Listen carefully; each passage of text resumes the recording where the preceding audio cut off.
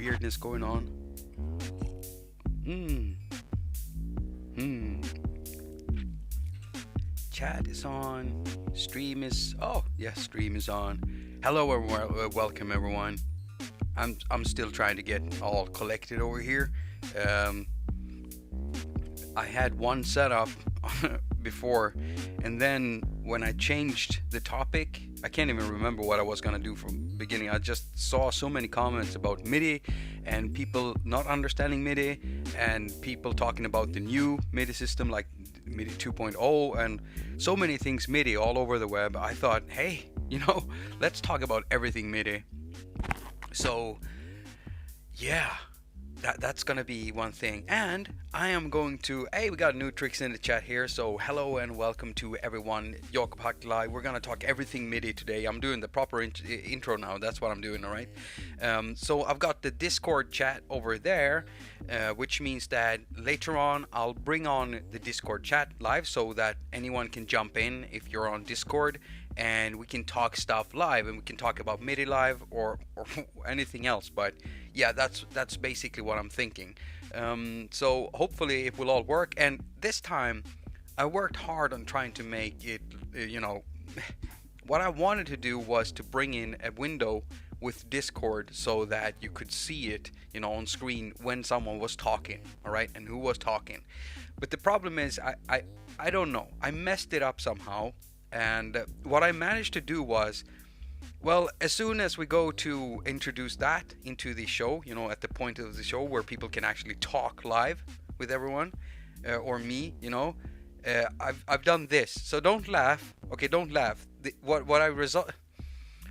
This is the result of my hours of work trying to get Discord to show up on my screen. So here we go.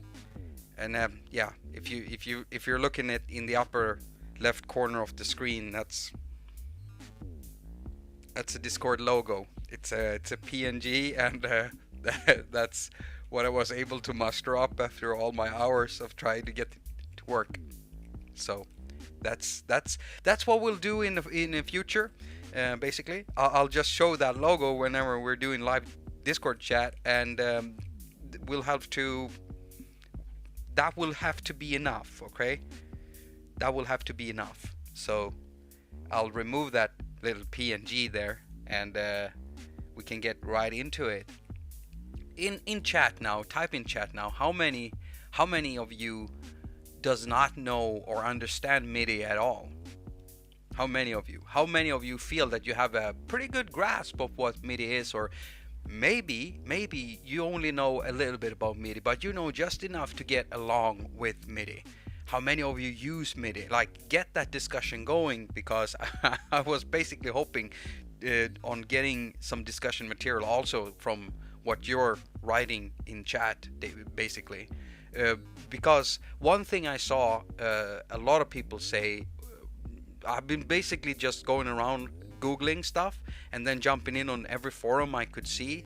And one thing that people seem to discuss is the thing with software, and ending up with a multitude of controllers, and people asking like, do you really need that many controllers? Can't you just slim it down to one controller?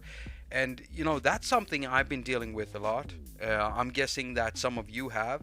Maybe you, just like me, have tried to find that common one solution where you have this one controller, and just do stuff with that. Or maybe you don't want any controllers. For me, the problem has been I can't do everything on one controller, because some of the stuff I want to do just doesn't fit this one type of controller. And the controllers I use mostly are Korg controllers, right? So I use that. And with the Korg controllers, what I like doing is I like using one of them as a mixer for panning, muting, selecting, volume, stuff like that. That's the control one. I'm gonna be back. So that's that one. That's what I like using for that, basically. And that's what I always have connected to AUM. Unfortunately, Cubasis won't allow you to use any controllers like that, for mixers and stuff, and I hope they fix that in the future. And then the other one I use is this, and this I use for playing. But sometimes I have these moments where I just wish that I could have something more along the lines of you know, an Ableton-esque, like, oh god, I have so many controllers. You see what I mean? You see what I mean? It's so it's these two, and now I've added a launch pad to that, and on top of that, I have an iRig pads that I haven't used now for 6 months because I've been doing really well with the nano key. And then what else? Oh yeah, I've got a launch key just standing there collecting dust because it's too big for my desk. Not that I don't like it.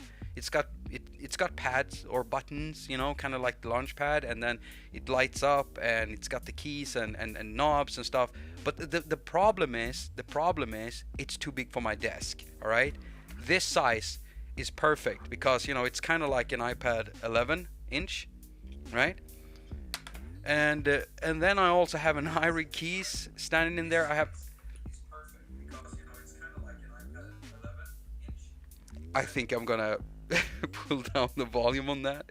Hello, Bliss Home. I can see that you are in the chat, and I will be introducing the chat later on so that we can talk live.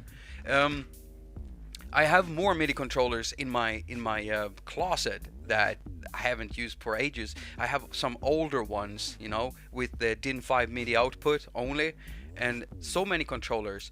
And whenever I do a live thing, I always feel like I need at least one. Okay, so that's okay. But many times I feel like I have to use two. I always want to use two, and sometimes I want to add a third to do specific stuff.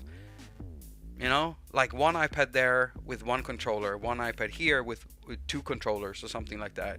It just, yeah, I'm starting to use the iPads more like hardware because of the controller. So I'm tying up all of the functions to the controller so I don't have to do certain stuff on screen, because I've noticed something. When it comes to live performances, the touchscreen for me is not perfect unless you're using apps like Borderlands Granular, Sampler, or Spacecraft, something along those lines, you know, TC11, the apps that were made for you to really focus on the screen for live performance stuff, while something like Cubase just isn't made for it, or any other type of more conventional like DAW. Even Ableton Live for me would be hard to use live. I would probably tie everything up to a controller, you know, and with Ableton Live controller settings with launch pads, it's just very easy to set up. So I can get why people want to use that. I completely get it. So how do you use your stuff? I mean, I know we have some. We got Kalle Paulson in the chat. Oh my God, Kalle, I miss you, dude. I miss you.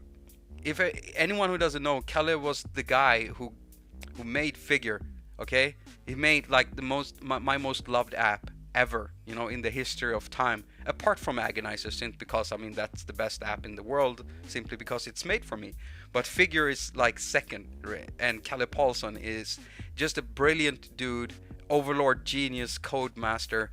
Just he really understands the thing, you know, with live performances and just getting stuff quickly done. So yeah, suck it up, Kalle. Suck it up. Suck all of it up, man. Just take it in. Take in the praise. Take in the love. I'm sure that there's a lot of people in chat who know who you are and also love what you did. Yeah. I hope you are doing well at your new job. I did meet Kalle, you know. I think it was it like last year we met up? You bought me dinner. I love a man who keeps me fed. Oh yeah. So we're basically talking MIDI, and I want to hear everything, your opinions of it, on how you want to use it. Hello, Sion. We got so many people in chat. Thank you so much for joining up, everyone. Thank you. I love that you're here, you know. All right, so I am gonna try to explain a little bit, you know, about MIDI, what it is, and I'm sure that many of you already know this, but then you can help me and tell me where I go wrong, because I'm also doing this partly because I saw comments from two of my most favorite people in the chat, which is, well, you're basically all my favorites, but there are two people there that usually come to the streams very often. I think they're both patrons even, and they still don't understand MIDI, and I'm like, I'm doing something wrong if people keep subscribing to me and I can't explain what MIDI is properly, I'm doing something wrong. I need to do it right. And so I need you to check me, to peer review what I'm going to say later on about MIDI and what it is. All right. I wrote my C paper on MIDI back in the early 90s. Damn, Kalle. I did teach MIDI for years. I can count in binary numbers. Did also teach how to manage your system's exclusive. Thank you, Nutrix, for that. That's pretty awesome, though. Yeah, teaching MIDI. You guys can definitely tell me where I'm going wrong. Because with MIDI, the only thing I've ever had to rely on, actually, the only thing I know by hand, like in my sleep, are how to set it up and use MIDI CCs. There's only two types of MIDI messages I ever deal with, and that is sysx at times, and then CC, and of course MIDI note on-off data. That's it. Those are the three things I deal with when it comes to MIDI. I mean, MIDI note on-off for keyboards and CC for controllers. Right, that's all I use, and sysx for sending and receiving patch banks. And to be honest, I haven't done many of those in years, because today everything is like USB, and it's everything gets saved in the editors. And yeah, I think it's getting simpler now, and especially since we're using like applications on a computer, we can save everything now on the drive and stuff like that. So for me, who I haven't dealt with all of these other system things you can do with MIDI. There's a lot you can do with MIDI, and it gets even scarier now, because I've heard a lot about MIDI too, and I didn't understand what it was because I haven't looked into it. Yeah, really, I haven't been interested one bit, because just like Samuel Lindemann said earlier in the chat at the beginning, before the stream even started, he said MIDI is boring. And that's what I used to think. Like, MIDI was a necessary thing for me to set up, but I found it boring in itself. I don't burn for MIDI. I burn for being able to use my controllers properly, But yeah, that's basically it. It's I can understand that it can be hard to get into if you're a beginner, but if there are any beginners in here, MIDI is just something you need. It's just data. It doesn't carry any sound on its own, unless you actually you could put a speaker on it and listen to the pulses. I guess, like, you could amplify them. Never mind, it doesn't do that. So it's just a thing for telling something else what to do, when to do it, and how to do it. Basically, that's all it is. It's an instruction you're sending somewhere. And CC means what? CC means oh my god, Jacob, this is, you know what, I'm just gonna Google a thing here real quickly, because my mind just pooped out. What the hell is wrong with me? CC, come on. Okay, MIDI, help me out. I'm being stupid here. MIDI CC means what? Continuous controller. Oh god, I can never remember it. Continuous controller, that's what it means anyway. And on one channel you have 128 of them, because you count from 0 to 127, I think. Chat can correct me. Or is it from 1 to 128? I can't remember now. Yeah, but basically it's just an address for something, and then that in itself sends out pulses. So it's not too hard to understand once you see it for what it is. Basically, like I said, we'll get into it later on. I'll try to maybe draw something or get something in here so we can understand it, though. 127 is the upper limit, yeah, and 0, it begins counting from 0, doesn't it, right? Continuous control and control, yeah, control change is what I used to say, but I'm not sure if that was actually like two different things, or if it's just like if it just changed colloquially. It just changed from one thing. It doesn't even sound like a colloquial term. It still sounds a little bit sciencey, computer sciencey. But I've heard both phrases, but they won't stick with me. The only thing that stuck with me was SysX, because I used to fight that a lot with old Yamaha synthesizers when trying to move a bank over from a computer, and and when you're dealing with a shitty MIDI interface, oh god. And when USB started getting introduced, we got MIDI interfaces that they were doing weird stuff, and you could actually end up corrupting like if you did a firmware update or something like that through that with a synthesizer, you could end up like bricking it, and it was a scary time. And I think that can still be scary. You can still brick something today, can't you? If you're doing it wrong. For any new beginners, bricking something means that you're breaking it to the point where it becomes a brick, basically. I think that's what it means. I just assumed that's what it means, but early days of USB MIDI were grim. Yes, they were extremely grim. All right, chat. Okay, so let's try this now. So let's try this out. MIDI. Okay, so what is MIDI? Well, it is something you use to control something else. If we're talking to absolute beginners, so that they can understand it, I think you could view it as a road. Imagine a road with 16 lanes in it, and then cars can travel on those lanes carrying messages, basically. And not cars, but buses. Imagine 16 lanes, and that's 16 channels, basically 16 MIDI channels. So we're gonna select one of the channels, and then we put a bus on there with messages. Now every bus that can travel can carry 128 passengers. It counts from 0 to 127. No, 127 passengers. Well, it's that upper limit. That's how many passengers they can carry. And then when they receive, when you send these passengers with the bus, no, wait. Now I'm fucking it up again. I'm absolutely fucking it up. Okay, so if you count those, and let's say that all of them, you put the number CC right before them. That's basically what it is. You're putting a CC in front of every passenger. So the first passenger is CC1, the second one is CC2. Now this bus can carry all of them, but you might only be using or sending 2 of them. So let's say you want to send a controller on 64. You basically taking the 64th passenger gets off the bus, and when it reaches the stop, it says something to wherever is receiving it. And this is why I don't want to do stuff live, because it's so messy. Are you getting it? Does it work? Does it work? The internet is a series of tubes. I've seen that.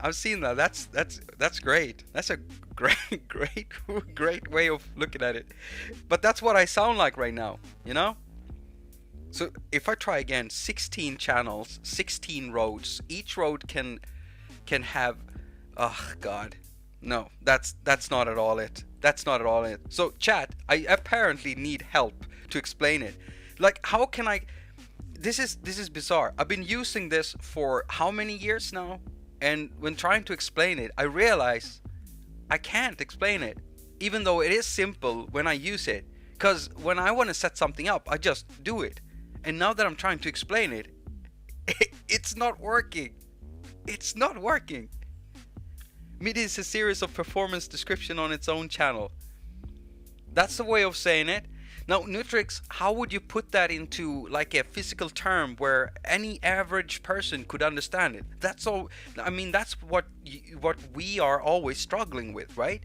When we're trying to explain it to someone who wants to know but knows nothing, like clean slate, knows absolutely nothing. What's the best analogies to use for that?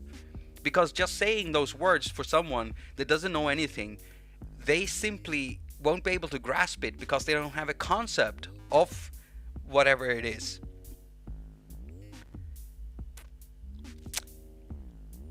Can control 16 channels for 16 different performances.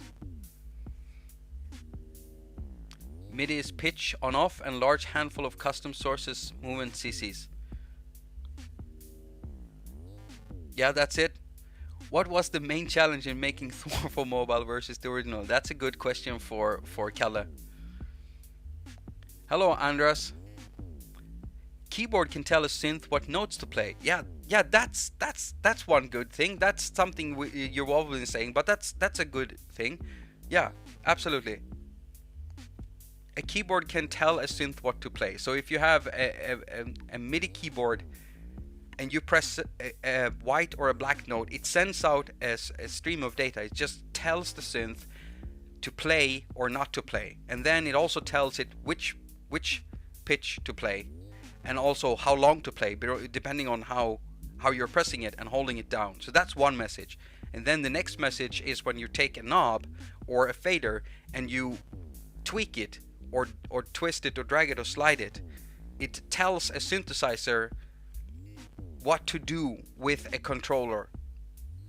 And that's the thing, trying to get people that connection, that you want this synth to listen to this movement on my controller for this particular knob. And that's why I thought that maybe, when MIDI Learn got, started coming in and becoming a regular thing in the synth industry, I thought that most people would start to get it quite simply there. But if you don't have a concept of MIDI, I get it. And since there are so many numbers, MIDI CC 32, and you're reading this on a post somewhere, I guess that's confusing, I can't really remember how confusing it was, apart from me trying to explain the bus lanes with 128 passengers. I was going somewhere. It sounded so good in my head, right before the stream. I had something like that going on. And now that I'm sitting and saying it, I sound like I'm saying the internet is like a series of tubes.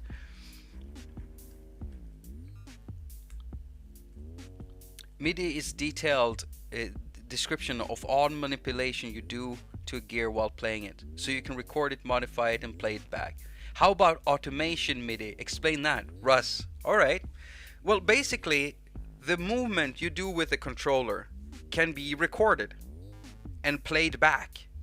I mean, that's one way of automating something, by doing it live. Like, we're doing it live.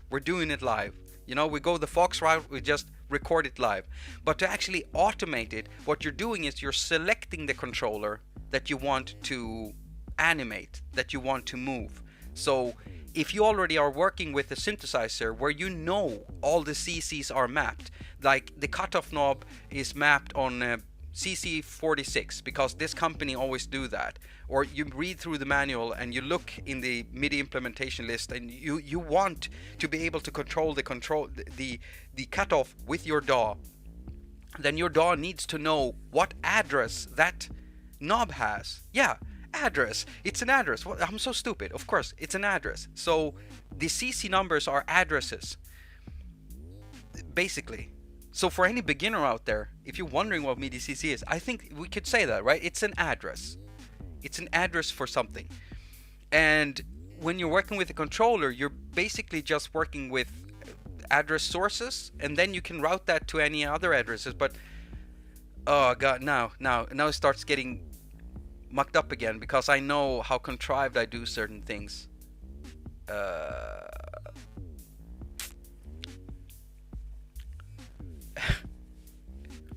Figure was a light version of Thor. Then later we put the full version in the iPad. Kalle, they took Thor off the store, or not took Thor off the store. It's gone now. I don't think they updated it or they removed it. I don't know what they're planning to do, but it's gone. So people can't buy it anymore. And I found that sad. And then we had a talk last week where Star came in and Star Ackerman, and talked about why apps disappear and how that works with making money and not being able to run certain apps, especially not if they're not making any money. So yeah, I'm just lamenting the fact that Thor is gone, which is, yeah, rip. So why are there no controllers with 128 knobs? There are controllers with the 128 knobs. I've seen some, but it's not something that people buy, because these controllers cost a lot of money. Nowadays you can make controllers with like fairly cheap. Let's actually use that word, cheap. You can do them cheap because you're using you can use encoders, which is mostly made out of plastic and a little bit of metal, and they don't cost much, and they can get the job done pretty fairly, you know. And since so many companies out there are starting, you know, the type of gear we're thinking about, like small portable gear, you know, is really popular now. And since it's so popular nowadays, wait, I sound like that lady in that, the guy that sings Pizza Pie and stuff. What is that? Wait. When the moon hits your eye like a big pizza pie, that's amore. There's this clip with a dude. I think it's like this church kind of thing, and the singing. It's super endearing. If anyone knows what that is, if anyone knows what that is, I'm sorry. I forgot. Okay, so sorry, Val. So, I mean, wait a minute. I have got a controller with a lot of knobs on it. I think there are altogether... I built one, by the way. And I can tell you that it becomes expensive, and usually people don't buy them. People don't buy them because of the price. The more hardware you put into something, the more expensive it becomes. Just really good knobs for something like a cutoff, you know, when companies put in like these really thick, powerful knobs, you can really feel them when you tweak them. There's a little bit of resistance in them, and when you tweak it, you feel like the pot underneath is never gonna break. That probably cost them a lot of money to put in there, and the cost will raise exponentially depending on how many controllers you want to put into a synthesizer. And same with controllers, and that's why you won't find them. I mean, that's usually it's about a cost, and would you really need that many, and you know, how many do you really need? There's a reason why most controllers that sell really, really well, they have at least 8 of something. So at least 8 knobs or 8 faders, or you know, in 8s, all in 8s. Enough for MIDI faders, you know, enough for some control and stuff like that. The less hardware you have, the less analog or even encoders, but these are still hardware things you need to touch. The less you have of it, the cheaper you can build something, basically. And I think that's why we're not seeing them, because companies have tried to make them in the past, but they don't sell that well because of pricing. And then of course the size. These things can become pretty big. Now you could probably make a 128 controller knob board pretty small with encoders, like with small encoders. But, oh, sorry, I blew everyone's ears out. But I think that putting in that amount of effort and building something like that big with that many controllers on, and using not that good encoders just to get the price down to a level where a consumer would actually, you know, think about even purchasing one, I don't think it would be worth it in the end. I don't think you would be able to sell that many. So most controllers that are being sold have 8 knobs, 8 pads, 8 faders, and maybe a touchpad, something like that. I mean, like the Korg Nano Key I had, that one has 8 pads, 8 knobs, and then a 2-octave keyboard, you know, and then a touchpad, and then you have several pages with several controls, so you can always break up your setup. So the first 8 knobs could have from CC, control messages, addresses. They could have 8 addresses. Address CC1, CC2, CC3, CC4, and then there are, when you know MIDI, there are some numbers you don't want to use sometimes, because if you've got a controller connected to a MIDI, to a synthesizer, for instance, let's say you have a synthesizer that is of the desktop variety, it doesn't have a keyboard, all right? It's just a sound module, usually that's what we call them. So it works like a sound module. You connect your MIDI keyboard to that, and let's say that for some reason you have like redone the internals of your MIDI controller so that the first knob has MIDI CC number 1. That could be a bad idea usually, because CC number 1 is usually already tied to something like the modulation wheel on a synth. So it's already mapped, and then suddenly when you're tweaking it, you hear the modulation go when you want it to do something else. There are some other controllers that are being used on a regular basis, like in general MIDI, when you connect something up, because there used to be like this standardized thing we used back in the days. I sound old. That made it so that you could connect your MIDI controller to a DAW, good old Cubase or something, and or a synth, and you would have instant controls on some of the knobs for some of the things that were usually being, like the cutoff or the modulation wheel. But then companies started doing their own setups, and so yeah. So we got editors, and now we sat there and wrote scripts for stuff.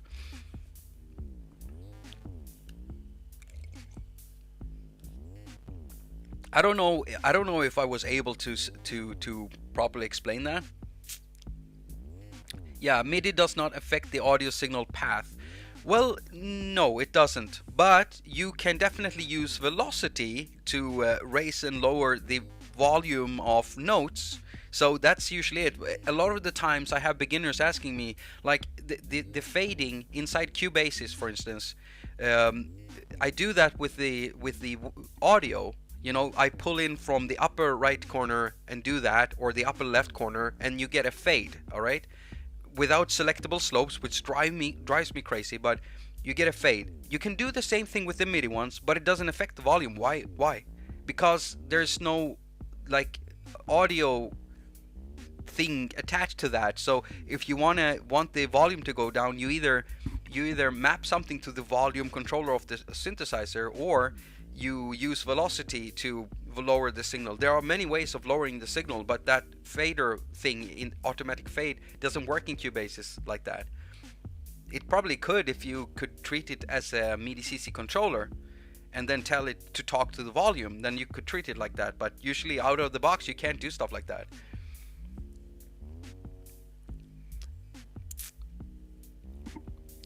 Why are there so many scroll buttons? You only have 2 hands. You need a well-designed system and a well-programmed controller. Scroll buttons. I'm uncertain. Systems which don't assume the same. You're talking about something, and I don't know. It's a fight. Who's picking a fight? Jamie, what are you doing? Throwing sausages around in chat, picking fights like that. I don't understand what's going on right now, but someone is throwing a sausage fit. Jamie is throwing a sausage fit. Something's going on here.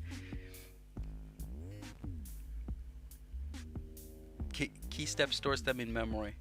But this is great though. You got a proper conversation in here. I gotta catch up with this.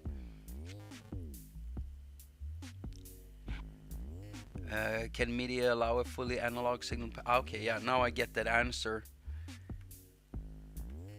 Chat, you're amazing. These are great answers. These are really great answers. Val, are you one of those who hasn't grasped MIDI yet? I think was it you I saw commenting earlier? Sup, Mr. Fung? Good convo happening here. Yes, indeed. It's a really good conversation. And one thing that made me a little weak in my legs was MIDI 2.0. I didn't know what it was, so I checked it out. Okay, so in MIDI you can have 16 channels, basically 16. But with MIDI 2.0, you can have 256. Am I reading this right? Who the F needs 256 channels? And what the fleur are they supposed to be doing with that? Like 256 channels? Who needs that? Why? Like, I've seen some other cool stuff in there about MIDI 2.0, but 256 channels, that's a lot. It basically removes the limits of MIDI. Yeah, I get it. So for those of you who have felt like you've hit limits with MIDI, what limits have you hit, and what did you wish for? Is MIDI 2.0 gonna solve it for you? Is there something you haven't been able to do because with MIDI 1.0, which we've had for so many years, it's ridiculous. It's time for an upgrade. But I don't really get what the upgrade brings, because maybe my tiny brain just is, I'm unable to expand on that. Mostly for live shows. MIDI is also used to automate entire live setups for light and automation. Oh, you mean like, yeah, but okay, so here's what I don't get, because MIDI and DMX is basically the same. The only difference is in DMX they call 16 channels a universe or something. That's what I remember. And I've used DMX before. It's basically the same type of system. It kind of works the same. I've set up some light controls, light shows and stuff. But so you're saying with this you'll be able to use MIDI instead of, like, are lights gonna start getting MIDI contacts instead of DMX, or do you still have to use a converter? Tell me. Some kind of MIDI sex toy. Clear gray sky. That's a very interesting anecdote. Is that an anecdote? I think that might be an anecdote. Feel free to elaborate on that. Just try to keep it as family friendly as you can. DMX is 512 channels. Oh yeah, yes, you're right. Of course. I forgot about that. MIDI show control. Yes. MPE, still fully getting my head around it. Oh yeah, the MPE stuff took me a little while to understand also. And I don't fully understand it. I just know what I can do with it. And then I realized that there were no controllers that really fit me apart from the Raleigh blocks, because it was a big square squishy thing. The keyboard didn't work for me because I'm not a keyboard player, so there's really nothing wrong with the controller. I've seen some sick dudes and dudettes on YouTube doing some really sick stuff with those controllers. I'm just very shit when it comes to stuff like that. I don't know when MIDI 2 is. I mean, I don't know. And even if they drop it, let's say, hey, MIDI 2 is dropped. Like, when is that gonna start getting implemented into hardware, though? Support for it. Because as I understand it, MIDI 2.0 is also backwards compatible with MIDI 1.0. That is a good thing, to make sure that that's completely backwards compatible, and not do the whole Microsoft line, hey, if you buy the new Xbox, then everything, will be backward compatible. Oh, by the way, you're gonna have to wait 5 years before you have your most favorite games available on that platform, and then you're gonna have to buy them again. I'm sorry. They annoy me a little bit.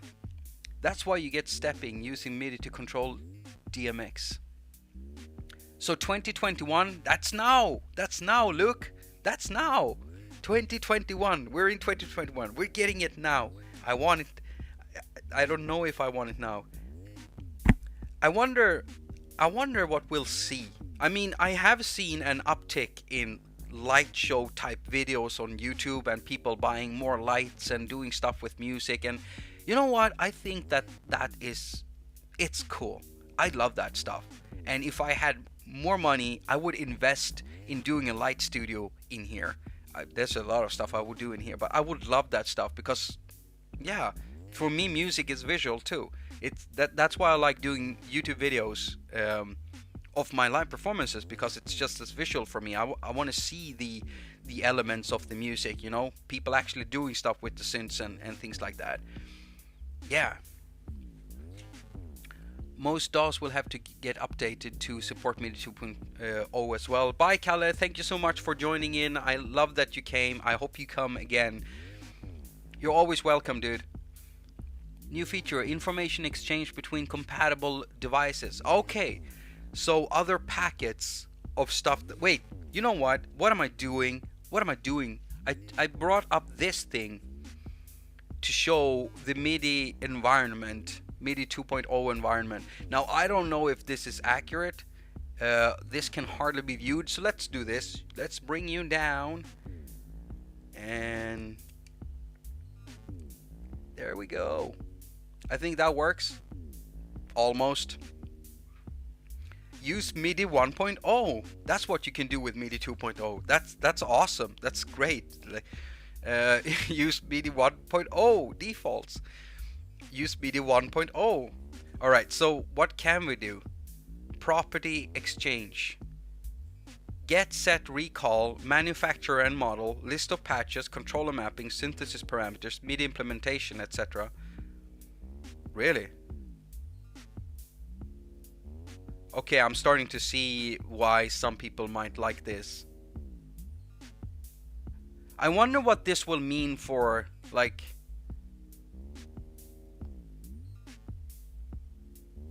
protocol negotiation, MIDI device. All right, okay, so that's a pretty big change though. Wow. Then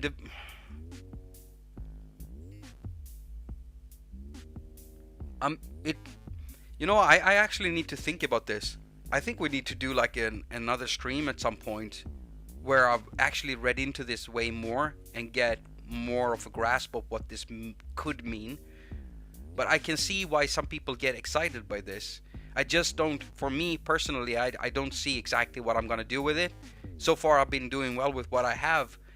Maybe I just don't know what I need yet. Do you feel like you need it?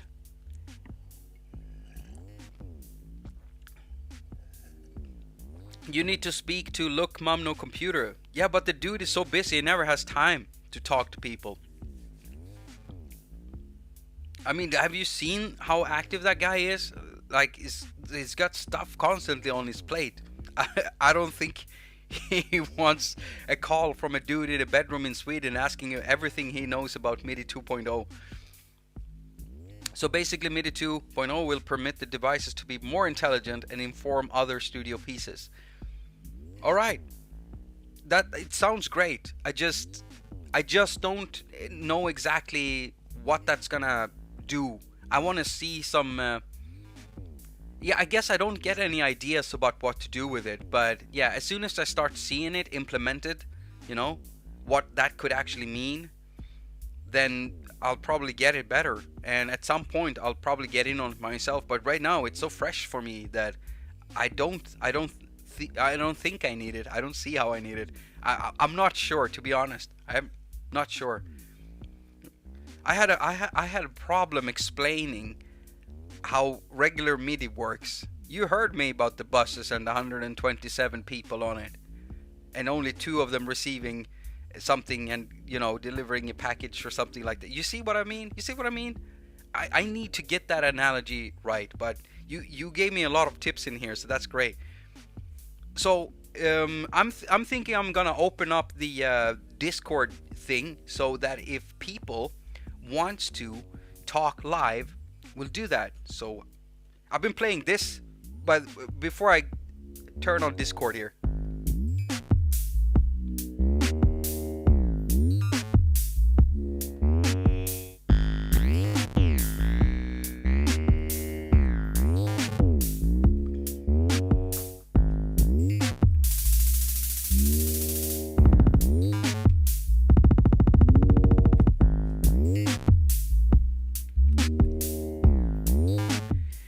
Well, yes, we're on Discord, and what I'm gonna do now is I'm gonna unplug a thing here. I'm just gonna pull down on volume so I don't murder your eyes. Oh, I said the M word, and when you say the M word, maybe the algorithm goes all mad on me and angry with me. You know, I'm actually nervous about stuff like that. The algorithm has been behaving like really weird lately.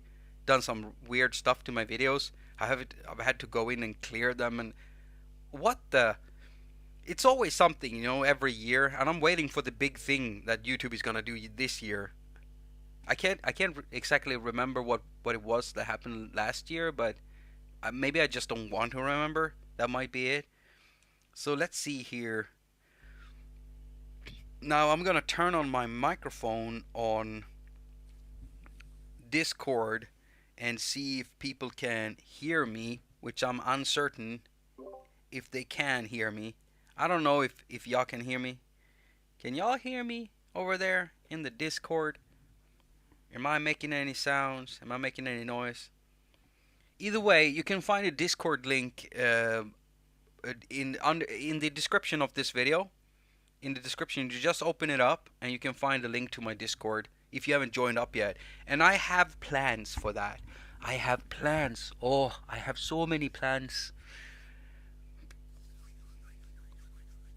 I want to sit and have some evenings, where we talk about stuff and, get some ideas going, and then record some of it and put bits of it in my videos, because I find it more inclusive, for I just want to include.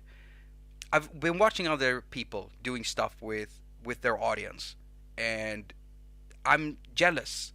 Not jealous of what they have. Not jealous. I feel like I feel like I haven't properly utilized what we have here. I want to bring it into the show and do more like that. And I realized that when I took a clip from, every time I've taken a clip from one of my live streams to use in one of my videos, I've realized that it feels good every time I see that. The chat is full of you talking about stuff, and it feels like the channel is more alive. It feels like there's stuff happening when I use clips like that. So one thing that I want to suggest for the future is that some of us, those of you who want, get together on Discord. We record a little audio conversation about something, a topic, for an upcoming video, and then I can present that, as some of the research being made, talking to people, maybe people who know stuff or people who are wondering stuff, because that's useful for a lot of people watching, especially if you don't know or if you do know. I know that we have a lot of professionals in the audience, and we have a lot of novices, and that's always nice, seeing both perspectives. I don't know if my audio is coming through in the Discord voice live chat, but I am there. I am in there, and I'm not. I can hear it. Oh, I can hear you. Can everyone else hear? Could everyone else hear that? Because if you could hear that, just type yes in chat. I heard that perfectly. That beautiful voice again.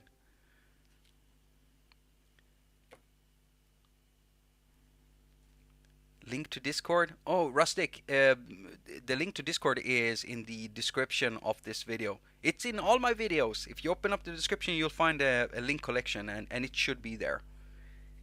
Who was that? Oh, I didn't check now. I recognize the voice, but I haven't talked to these It was me. Oh, you keep attacking me like that from the darkness. It's like being jump scared by something. That's what I do. Oh, you cheeky. Oh, you cheeky.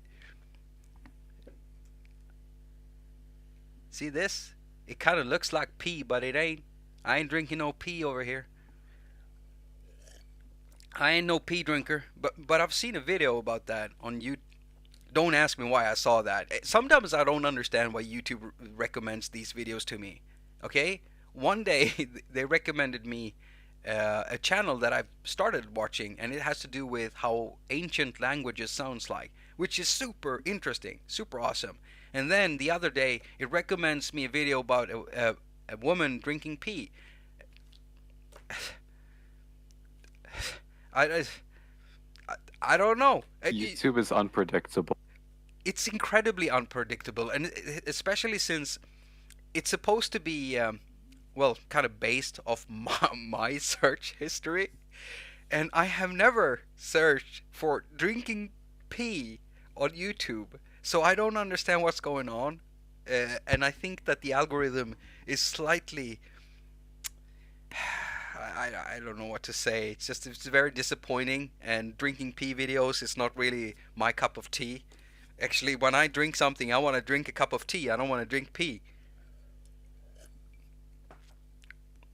Oh, by the way, on the MIDI, look what I've got here. Okay, I want to show you. So, 5 years ago, I made a review of this. It's called the Amptone Lab MIDI Splitter. All right, and Amptone, I purchased this myself. They were so happy with the video, so now that they made a new revised version, which is smaller, more compact, it doesn't have this stupid switch on the top. It has it on the side, like that. It is battery driven, which is good because it's got opto couplers in it, which keeps the MIDI clean. So you can do firmware upgrades with these in the field if you ever want to do that. I don't know why you want to do that, but it's completely portable. So I'm gonna do a review where I, just show the differences between these two, because everything is redone and the unit is smaller, and he's redone the circuitry and even the battery compartment, and look, so many new things on it. I found it really cool, so I just got this from him, and I didn't have to pay anything because he was so happy with the video. Of course he's hoping that I'm making a video of it, and of course I want to. I've been so happy with this one. I've been using it for everything, and now I actually needed an extra splitter, and he just contacted me. It's just wonderful sometimes how things can get together. Really cool. I think they're about $50 or something like that, unit like this, and you drive it with a in this one, I think it is a 9 volt. Yeah, it's 9 volt batteries, so it will it will last you quite a long bit, because MIDI isn't really that power heavy. Doesn't consume too much power unless you're doing some firmware upgrades. So we got Mr. Fung is sitting there working double tasking. You don't say that. Multitasking. You say multitasking. Are you getting yelled? Double doing. No. Oh God. Perfect fifth. I gotta ask you. Are you a gamer? Do you play Rust? I do play games, but I have a very specific taste. Oh, a very specific taste. Now that sounds interesting. Maybe you don't want to go get in on it like live. I don't know. Can you see this? Can you see this? Don't make me don't. If I had a puppy, I would bring it in and I would shove it up against the camera. So imagine this being a puppy. This is a puppy. These are the eyes, and actually that looks kind of creepy. If that was a puppy, it reminds me of the movie thing. You know what? Forget about it. Forget about it. I'll actually get a real puppy. I'll try to borrow one at some point, and maybe we can, maybe that would be enough for Mr. Fifth, perfect fifth, to tell us what he games. Tell us your dirty gaming taste. Sasha has got some weird ideas about what you're gaming, but either way, we got Bliss Home. Do you wanna speak live, Bliss Home? I can see you in chat.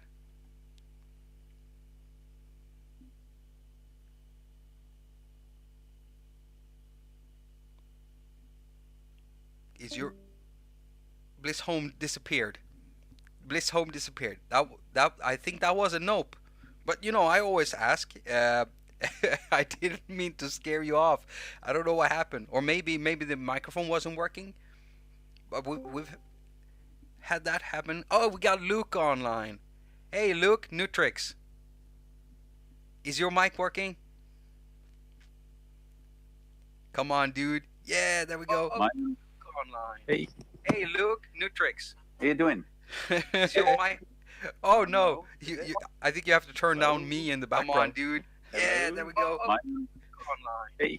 Hey, Luke, Nutrix. How you doing? Is your mic? Oh no. I think you have to turn down me in the background. Come on, dude. Yeah, there we go. Hey, Luke. What's up? Oh shit, that was wonderful. I love that inception there. How are you doing, dude?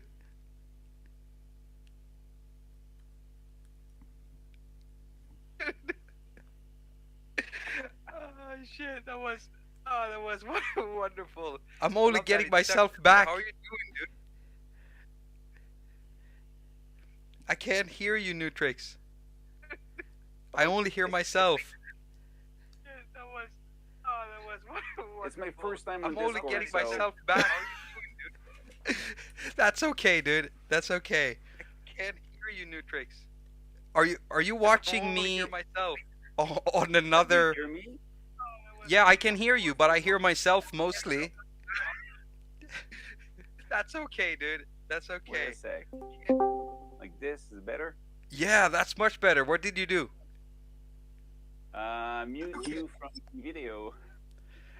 You see, there you go. That was wonderful. I'm sure we're gonna have more stuff like that happening. Can everybody hear Luke Nutrix the Synth guy? He's got his own channel. Just type yes in chat if you can hear Nutrix and not me only now. So Luke, what are you up to today? Well, actually, I'm working from home, so I decided to jump in the chat and see you live. Usually, when I'm at work, I can't, but today I'm working from home, so I Yeah, want to be part of. and I mean, am I allowed to say what country you're in? Oh yeah, no problem. Canada. The guy comes from the maple leaf country. Nah. So, are you excited about MIDI 2.0? Well, I'm curious about what's it's going to be really like when it's going to be implemented. Because MIDI, like every type of protocol, it's something that is offered, but then the way it's going to be used depends entirely on how the companies implement them in their devices, and that's going to take a couple of time. I mean, a couple of years before we actually see a huge change. Yeah, For that, it's going to be little steps, I guess. I'm thinking that too, but I do think that if someone would have the time to get it in quickly, it would be the software developers instead of the hardware developers. What do you think? Well, yes, but software, they don't need it if it's not for talking to hardware. Okay. I mean, one of the big reason why MIDI 2.0 is interesting is the interconnection between hardware and software. The fact that the pieces of gear should be more capable of telling what they can do to the software, and then the software knows how to talk to it about it. So it will be kind of setting up of the device with the software will be more automatic than today. At least that's the promise. So the computer is already high quality, high performance, high resolution, more than MIDI. But now MIDI will be able to catch up to that high resolution of knob movement and all that stuff. Oh, okay. Now you just said something. Yeah, knob movement. That would be awesome, though. Yeah, having basically a higher resolution. Yeah. Huge. How So how that's where it's high? the difference. I'm not sure. I haven't looked at the exact documents about it because, before Christmas, they were still saying that some of the numbers might be changed. But basically, it means that today, most of the MIDI 2.0 is locked in. They're just really question about how different companies will be using it. So technically, it should not change anymore. But yeah, it's going to be a lot higher. I think it's going to be a little bit like MPE, basically. Okay, all right, okay. That sounds awesome. Yeah, especially when you said like a higher resolution for knobs. That's what I really like hearing because that's something I've been dealing with myself sometimes. The resolution not being high enough. But I talked to Kai Aras and I talked to a few other developers also about uh, a problem I have, like with my Nano Key Studio, for instance. Whenever I tweak my knobs, I can hear the stepping in some synths, and while others I can't. And at first, I was only working with synthesizers where I could, like, I was hearing this stepping all the time, very small increments of stepping. And for anyone who doesn't understand, that's when you hear instead of hearing a filter switch from, you hear it go like that with steps instead, which is not nice when you're trying to do slow knob movements. Kai told me, and also I can't remember who the other guy was. They told me that that's something you can fix in software. For instance, you can smooth that out in the software itself. Like you say, computers already have a higher resolution of everything if you want, and same on iOS. And I always thought that was just the controller. Like, have you noticed anything like that in any apps that you use? It happens. Well, yeah, it depends. That's basically a number. I mean, the 128 we were talking earlier, from 0 to 127. When you look at this amount of um, definition for showing all the movement of, let's say, I don't know what, an envelope or a cutoff filter, for example. The classic example of cutoff filter. Yeah. It's not enough, like you say. Yeah. But most software will be able to do higher quality than that because the internal synthesis that they're using is better than that. But they're still going to use only 128 value to kind of talk to the rest of the world, outside of the device. But internally, like Cubasis and Cubase has higher resolution than that anyway. And so you don't often use it or hear it I think, in softwares unless there's a problem. You hear it when you control from an external MIDI controller and other synthesizer, or from your controller that you have in front of your iPad, your Nano Studio. Even if it's the best quality possible, it's still going to use USB, but MIDI, which is limited to 128 value to control the event. But actually, that control changes or continuous control have more than 128 values in MIDI. Really? Because the first 32, they come twice. So you can I didn't even know that. You have the first, because depending on the software and the hardware, the first 32 controllers comes times. So controller number 33 is the same over than the first one. And they basically are called the first or the most significant byte and the least significant byte. So you send two messages.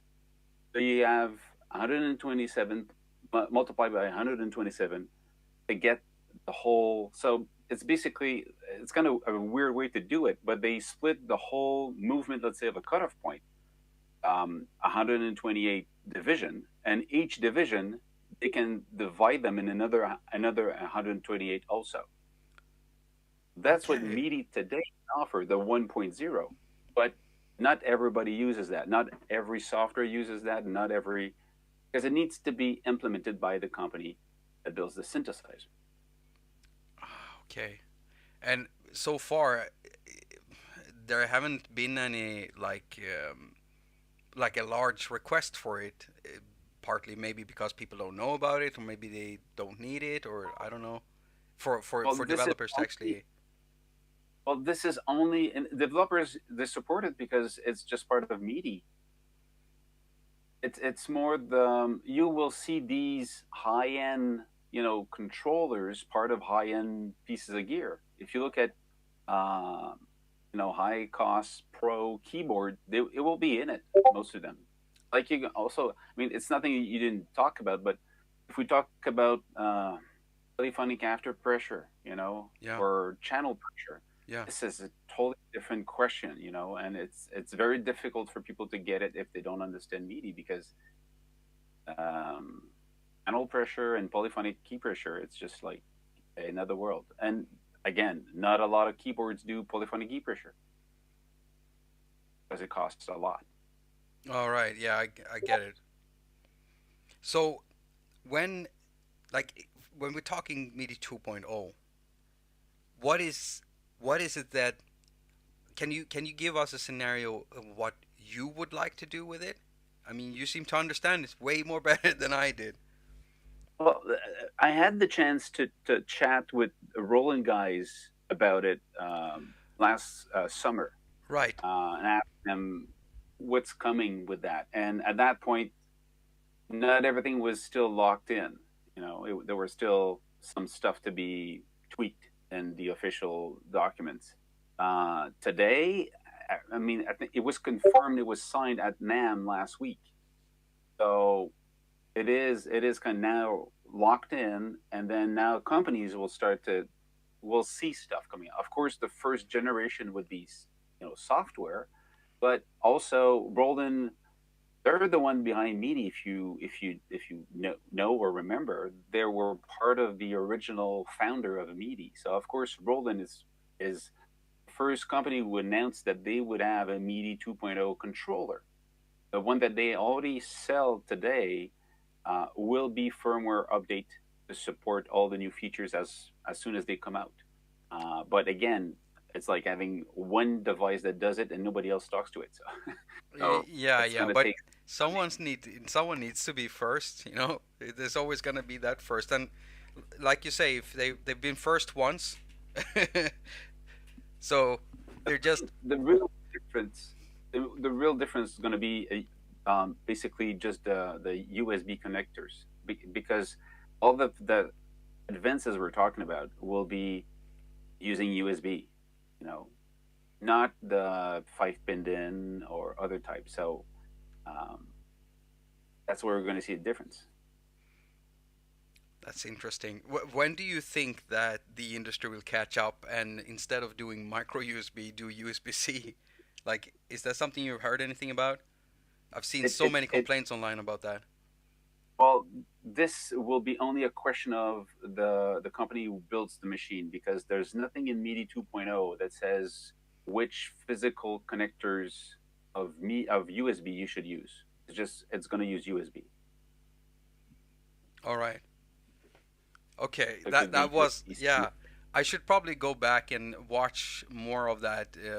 Didn't you do that thing as an interview with them on your channel with Roland? Yeah, and I think it was in July.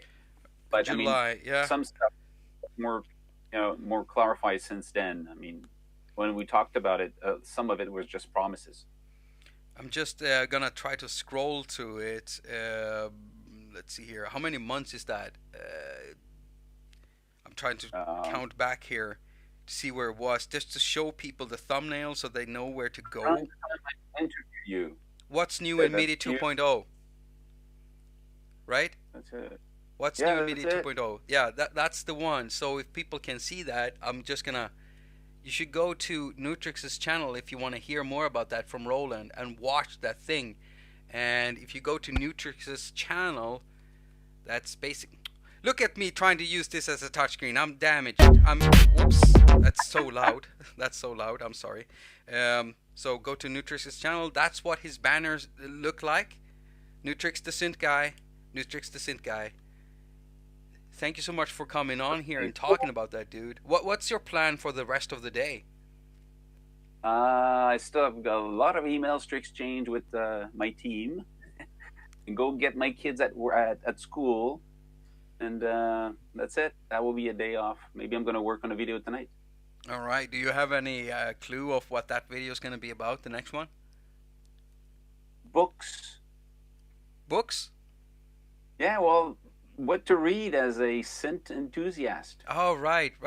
Do you have maybe a little tip for the audience right now? Well, there's going to be a book about mixing, which is a very good book, Mixing with Your Mind.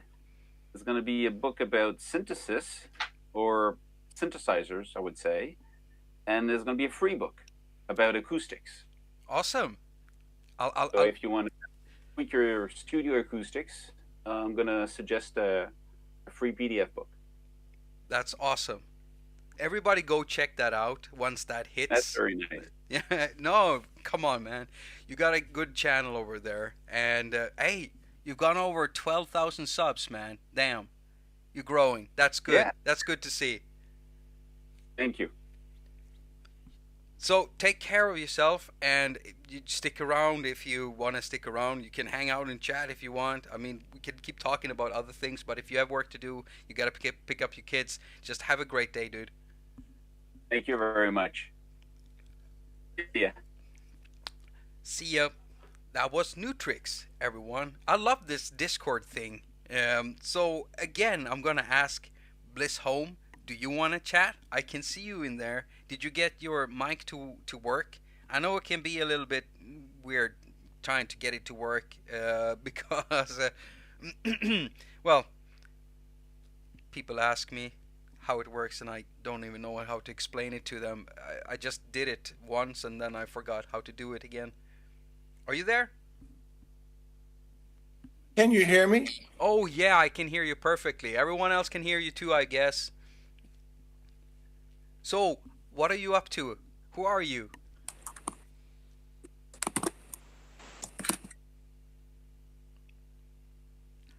Hello. Well, I have a non-MIDI question. A non-MIDI question. I Just have a fire. non-MIDI question. I wanted to know what you like so much about THX 1138. What I love about it. Okay, so here's the thing. When it comes to movies that are dystopian, there are a slew of movies that I love. And the other day, what I discovered about myself while taking a shower, don't ask me how it happened, but I told my partner this earlier today. So it turns out that I love dystopian movies because I realized that I recognize them from real life. And somehow it feels good to see that someone else has, a mind like that can see parts of our society and turn that into a movie, even though it might look sci-fi. Whenever I watch a movie that is dystopian, it's not that much sci-fi for me. For me, it looks kind of like the real world, kind of like how we are acting and behaving when it comes to anything from politics to consumerism to what we wear and how we go about our lives, how racism works, everything like that. It's just that I recognize it. So I don't like the world I'm seeing, but I like seeing that someone else can see that world too. Does that make any sense? Or did I just sound like a crazy person?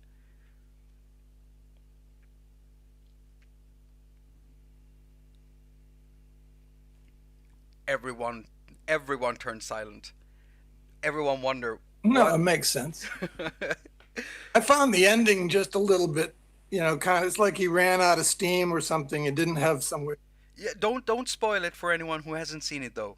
Yeah, I know, and for me personally, I don't have too much problems with movies with open endings. Maybe because I use my imagination for anything that I feel unhappy with. So I'm imagining something happening. Now I can't remember. I gotta rewatch it again and again and again to see what kind of thought patterns I have about it now. But what I mostly like about that was seeing this really dystopian world where when something isn't allowed, by the big mass, and the big mass has kind of conformed to it. That's what I feel about the world and felt about the world hard when I was younger than I am now. I'm in my 40s. I'm the answer to everything. 42. Yeah, he really captured the feeling very well. You're Yeah. the answer to life, the universe, and everything. Yes, exactly. That's precisely what I am. Oh my God, I made myself sound very. No, I don't think that about myself, people. Whoa, I don't think like that about myself. I don't think. I try to be a not awful person every day. That's it. That's it. I just try to be not awful. That's as far as I can go. And I've dropped any notions of me being really, really, really good at something. I just try to be good at stuff, and I've noticed that when I do that, I get better at stuff, which I want to keep getting better at stuff. So I don't ever want to feel, that I'm in a place where I feel like, yeah, I'm good with this. I'm good. I don't need more. Don't ever want to, end up there, because that's when I'll start or stop getting better, basically, I think. I don't know how it turned into such a deep topic, but that's what happens when you're doing it live. It just happened. Yeah, it does, and I do like it though. So I'm still curious though, Bliss Home. I'm curious. How did you get involved with what my channel or the content I make, or like what do you do? Do you use iDevices to make music with?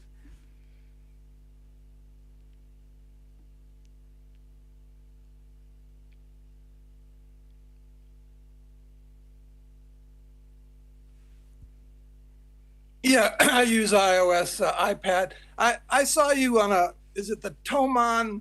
This is years back now, 4 or 5 years back, on the Tomon interview. And I started watching your, Yeah, that was actually I think it was it last year? I think or maybe the year before that, 2 years ago or something. Yeah, the Thomas Interactive. That was an incredibly fun event, and I was terrified out of my mind because I knew I was gonna spend a lot of time with people, and that usually isn't a good thing for me. Yeah. But it turns out that I hope they're okay. I think they were okay with me saying it when I was there, but basically, they're freaks just like me, so it turned out to be a good thing, and I love them all for it. Freaks and all, and it felt good to be in a place where they just collected all the weirdest, craziest, creative people in the world, and it turned out not to be too scary. But I will admit something to everyone. You see, they had gatherings where they all got together and they, talked, and they had small parties, at the hotel and stuff. I didn't participate in any of it because I just can't. I haven't reached the state where I can feel comfortable enough to do that. So I am that dude that you see with a smile, and then you turn around, turn back, I'm gone. I'm absolutely gone. You don't know where I went. I just poofed up, and I'm sitting in my hotel room, sweating and almost crying, feeling like I'm about to die, just trying to collect myself, breathing, heart pumping up here, just trying to calm myself down. That's what interacting with people means. So I look like the happiest dude ever, and then when I sit alone in my hotel room, I'm just a mess. But it was the best experience, one of the best experiences I've ever had, and I would not have missed it, and I would do it again if we could just get rid of this stupid C19 thing. I would love to do it again though. But welcome to the channel. Welcome to. So what do you do? Like, how did you end up like? Because if you're watching the Toman thing, I'm guessing that you're interested in synthesizers or something along those lines. So what do you do, Bliss Home?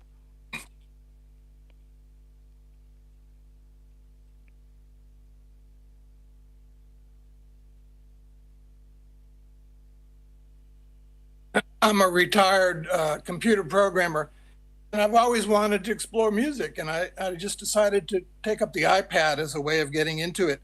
And you were the entry to the rabbit hole. And now you're deep into it, and you're never gonna get out of it.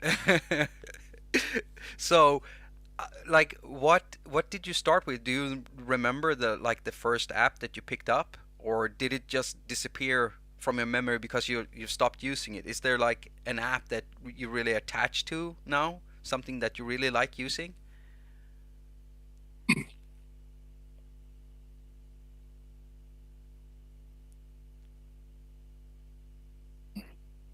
It was Figure.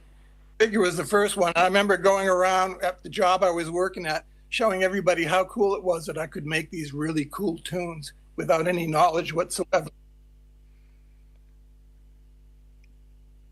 So I forgot my next question. I see that I see a comment here. Okay, so I'm getting a bit. This is Inception. Jakob is trying to figure things out live. So Nick Zakrevsky says, "At Mr. Fung, I can't hear Jakob. Otherwise, this is Bliss Home." This comment is confusing me because now I don't know who is who. Is Mr. Fung Nick Zakrevsky, or Nick Zakrevsky is Bliss Home? Bliss Home is Nick. Bliss Home is my handle. All right. Okay. Okay. No. Okay. Thanks for that.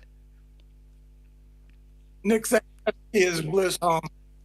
All right. Okay. Oh, so you couldn't hear me in the Discord chat? You can only hear me through the YouTube thing?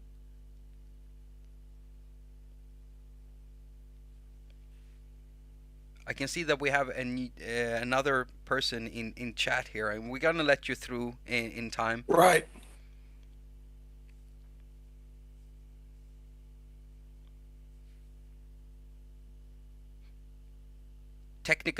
This is called technical problems or something, since I have no idea what I'm doing. And Yeah, I can only hear you when I have both the YouTube and the Discord.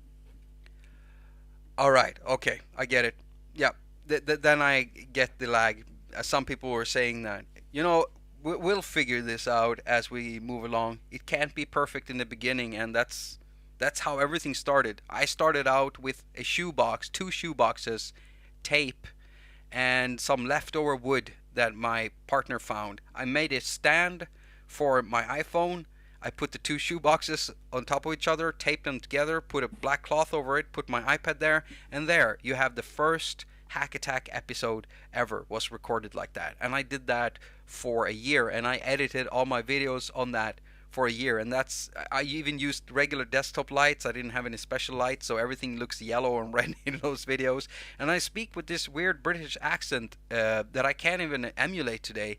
And now I don't know what kind of an accent I have. It's mixed beyond belief. So yeah, I find that kind of endearing, you know. I've been growing with the audience, and whenever I introduce something new, there's gonna be problems. And nowadays, I'm actually okay with it. It feels pretty good.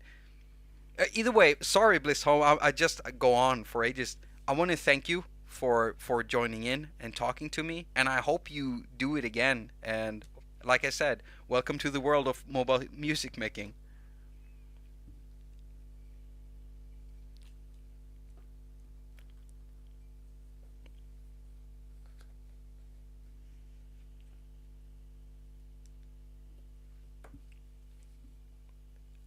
I'm about to introduce another one in here.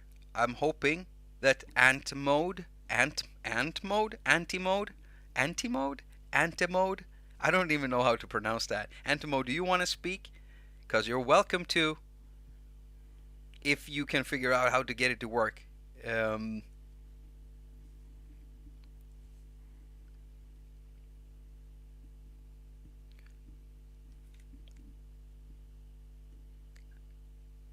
Are you still there, Antimode, or do you just want to listen in chat? I can see that you're unmuted.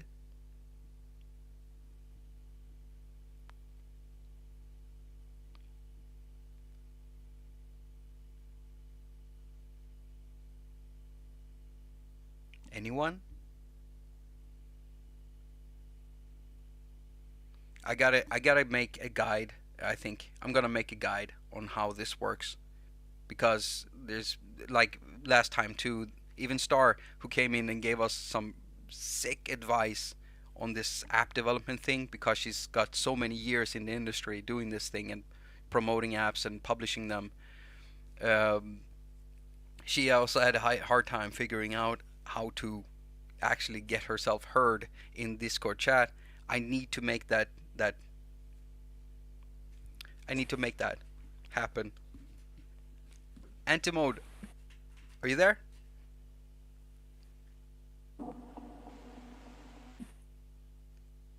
I hear something coming from you.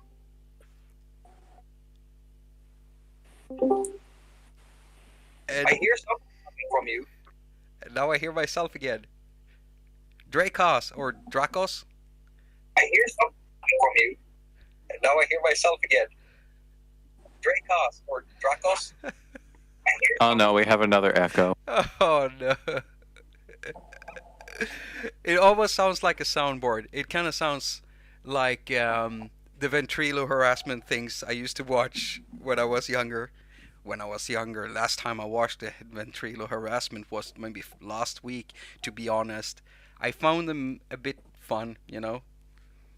I don't know what it is about that, but I kind of like it. Dracos, do you have a microphone?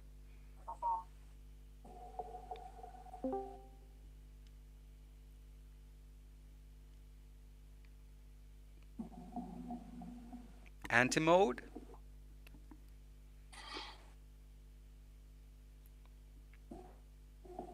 And we got Nanoon. Got lots of people in here now. This is a long list. Rory the Border. Anyone wants? Hey. Just attacking me from nowhere. Also, Rory the Border, also known as Wall. Wall. Oh, that's you. Welcome, Wall. Yeah. Jakob. Yes, got it. So, what are you up to? What are you up to today? Sitting in my studio, surrounded by synths, which presumably accept MIDI messages, which I have no idea how to program. So you've never felt like you needed to do that, maybe? I mean, how do you use your synths mostly? Do you use a DAW or do you play them directly? Both. Usually I run everything through AUM. Hardware, Arteria, Keystep, various bits of hard synth, Waldorf Rocket, Make Noise No Coast. A lot of it doesn't do USB over MIDI, so I have to go through a DAW. All right. Okay. So do these synthesizers have like the DIN Legacy 5-pin MIDI on the back of them? All the Arteria stuff I've got does. The Keystep 37 does. Pretty much everything else uses the DIN to 3.5 adapter, which is a pain because you've got to label them because they're all wired differently and they don't work.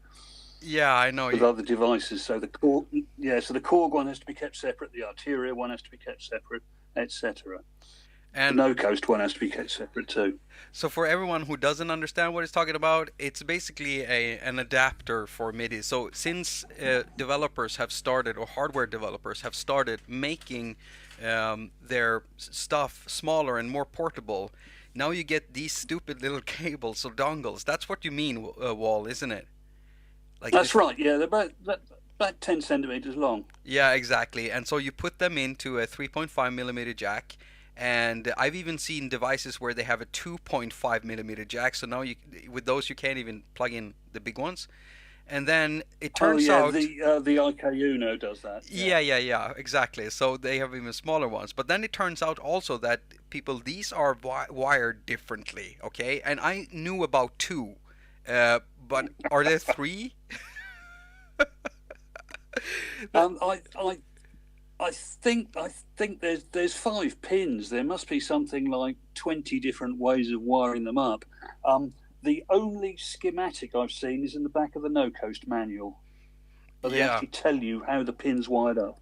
Yeah, That's it. Some of these developers are really good with that. They do put in pinning and so you can see how to pin them. They even do it with some audio cables I've seen in some manuals, and I do miss it when you used to buy a synth and you got this thick hardware manual with it.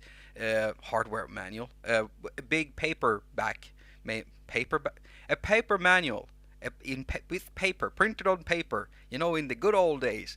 And then they had these screens, circuits showing you exactly how everything was connected, so you could make your own cables, your own balanced or unbalanced, depending on if you had some noise going on in your unit and stuff like that.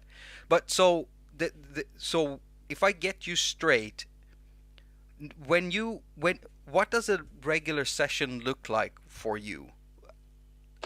I will now that I've found your Discord page, I could post a picture of the studio.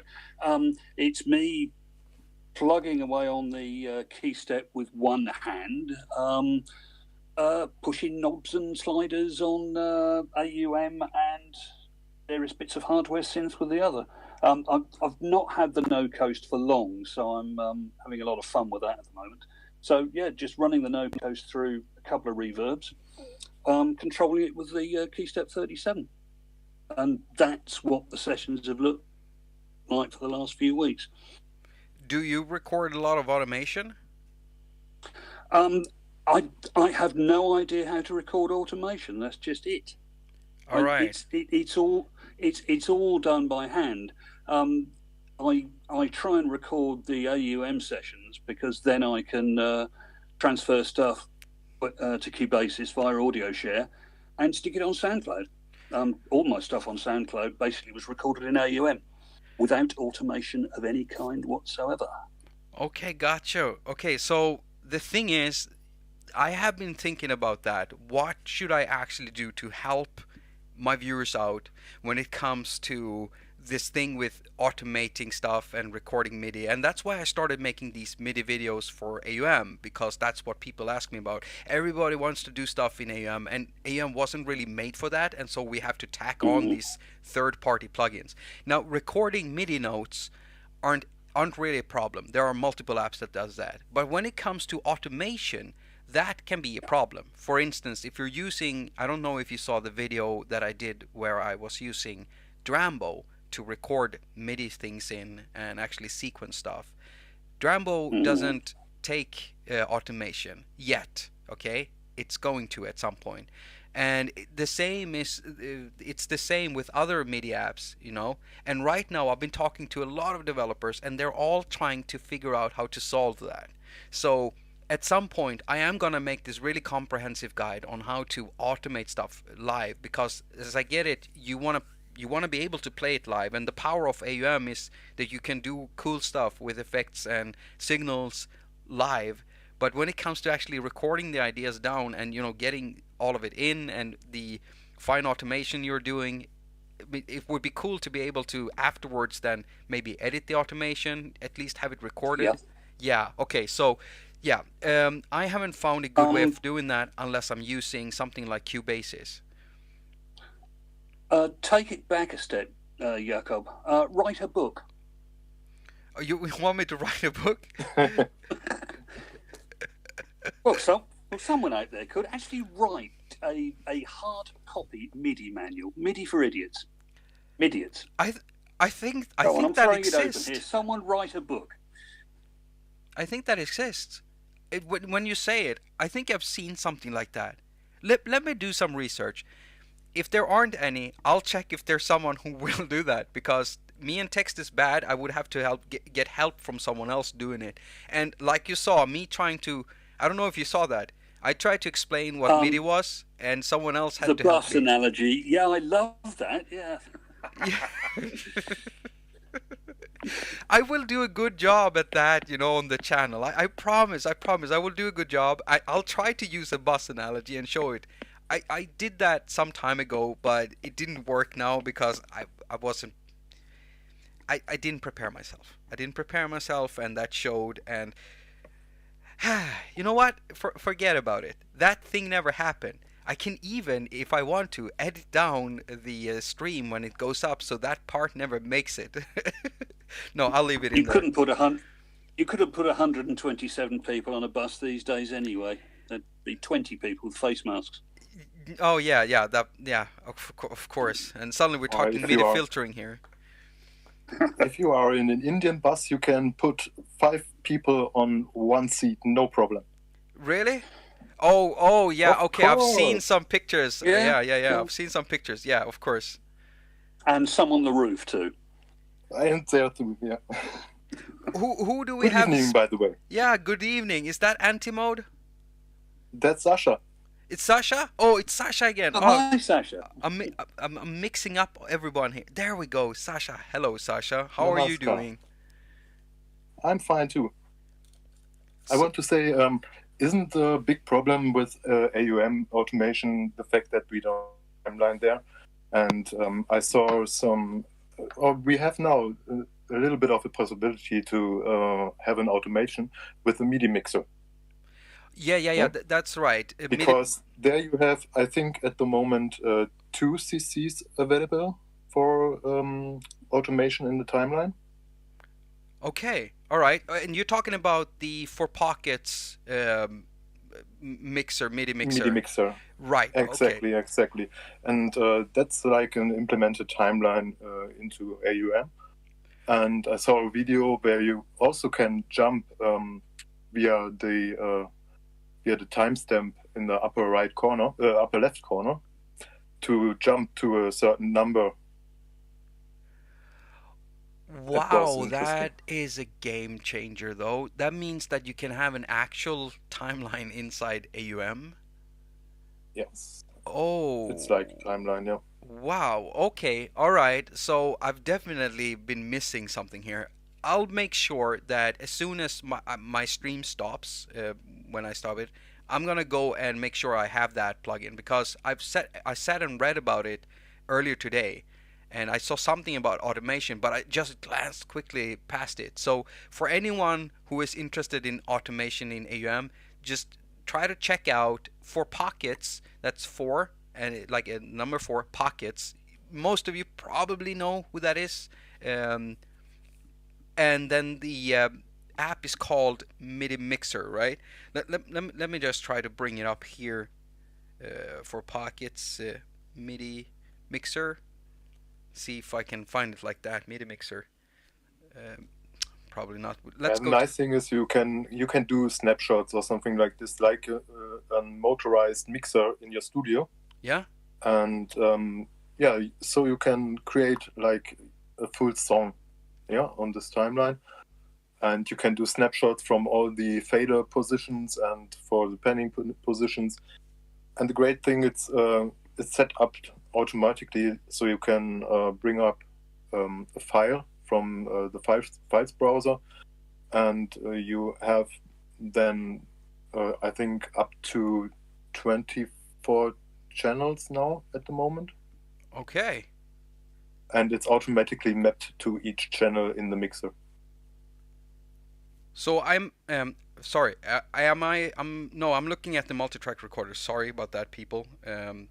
But that's that. How did I miss that? How did I miss all of that? I'm sorry. I've been. And it's dedicated from the Newrec mixer, so it's also part of the Newrec, but it's a full standalone version of what you could build on Newrec. That is pretty cool. I had no idea actually about this. Okay, there we go. Oh, I can see that. Oh. I really was thinking you have to check it out by time. Yeah, no. Because I think it's also great for you, yeah, to map from the nano key. I think you could map the pads to the snapshots, I guess. This is awesome. Okay, so everyone check that out. If you need to do some automation, check out MIDI Mixer for AUM. It's called MIDI Mixer for AUM AUV3 plugin. I think it's so funny how these developers, they try to throw in tag names just like YouTubers do with their titles, you know, to get everyone to find it. And for those of you who are doing any YouTube videos, remember that tags, you know, the tag field aren't actually that important for videos. The titles are, and the description are very, very important. So if you want to get tag words in, you get them in there, and that's how people find your videos. If you have maybe like a weird thing that people find hard to spell to, if you can see that a lot of people are misspelling your stuff wrong, then that's what you put in tags. You put in the misspellings, and that helps people find your videos. I have to do that because no one wants to spell my name correctly or the show. They keep spelling it with CK at attack.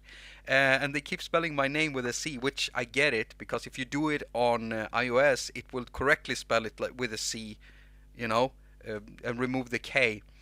Don't know how I ended up there, but Sasha, that was great information. Yeah, like I said, I just glanced over this and I didn't realize that what it was.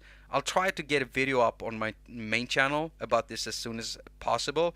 I have another video in the pipeline, and that has to do with LK, because they did upgrade their system now, so now you can MIDI learn stuff in there, which is pretty cool that they did that so quickly.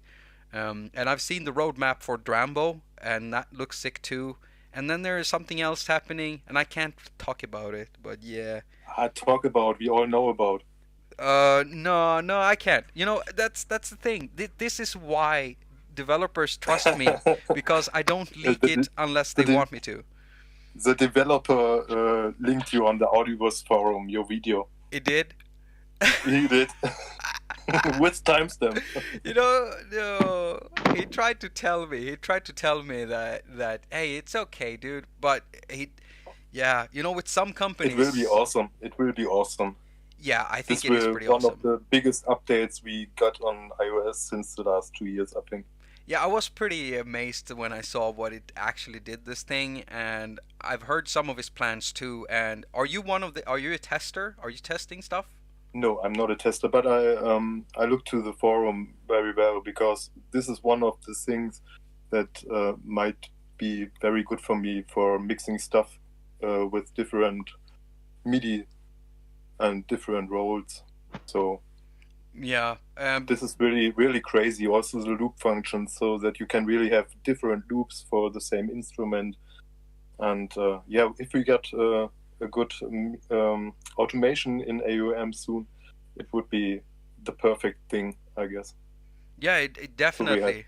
I mean, I was the one that was trying to explain to people on my channel that I don't want to use AUM like that because it wasn't meant for it. But what I've realized that over time is that a lot of people get introduced to the iOS music making platform. Everyone is telling them you need AUM, and when they get AUM and start understanding what it does, they get used to it, and so it becomes like what a regular DAW becomes to me, like Cubase is.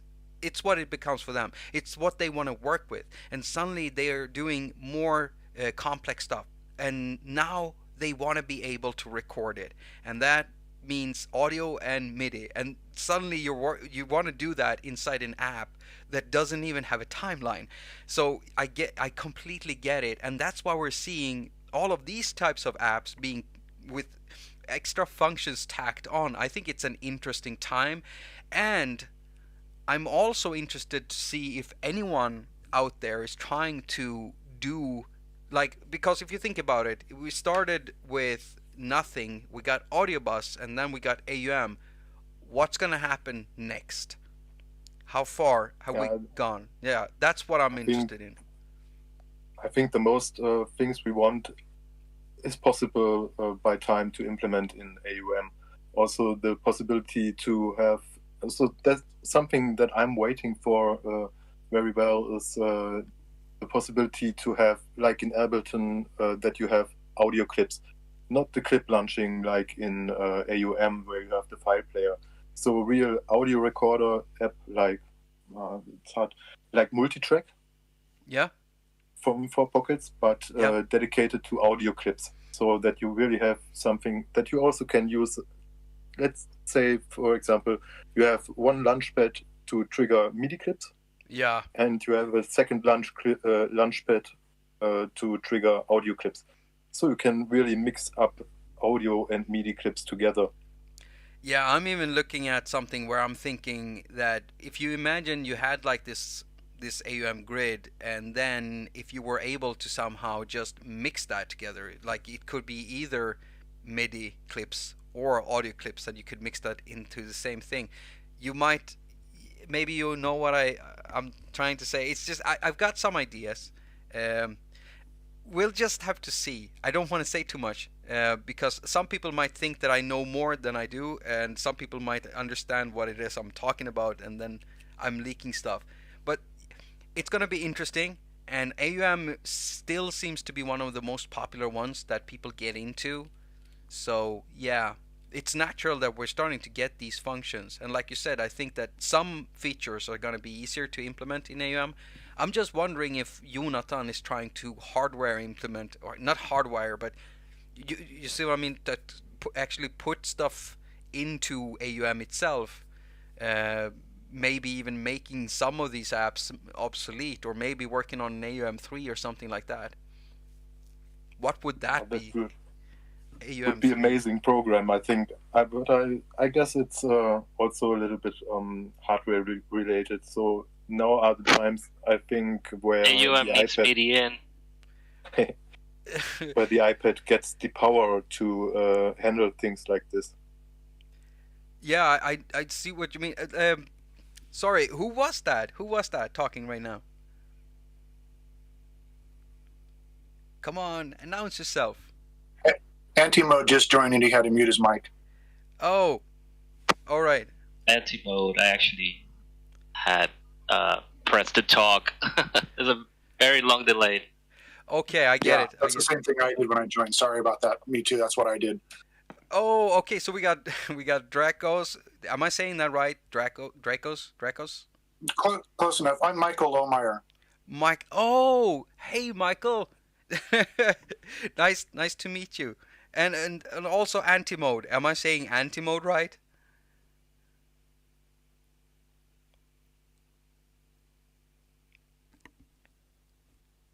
Anti-mode disappeared. That's fine. Okay. It's Dan Ramirez. You've probably seen me Yes. lurking around your channel. Yes, I have seen you, Dan. I have. I recognize all of you now. This is so awesome, just hearing you. It doesn't put a face to it, but it puts a voice to it, and I love that. Thank you for joining up, everyone. That's awesome. When you say you need MIDI in, what are you referring to?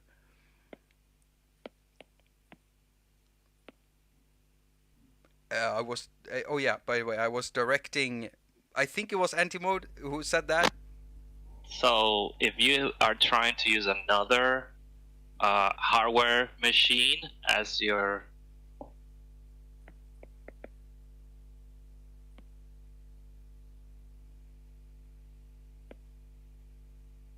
Are you typing at the same time? main clock, you can't really do it easily on AUM. All right. Okay. Oh. Sorry, this delay is crazy. Yeah, I get it. Okay, all right. Okay, so I've also had problems with MIDI because we're talking MIDI sync here, right? With AUM. The clock sync. It's driving me crazy, actually. So I get it. That is something I really want Jonathan to fix. Like,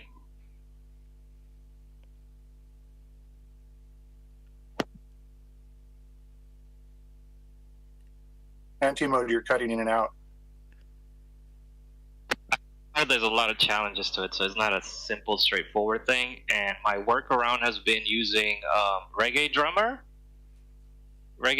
as an app, and syncing into MIDI drummer into AUM. All right. Yeah. Interesting workflow. Yeah, that is interesting. I'm thinking about it, what it would look like. I mean, I've done similar things.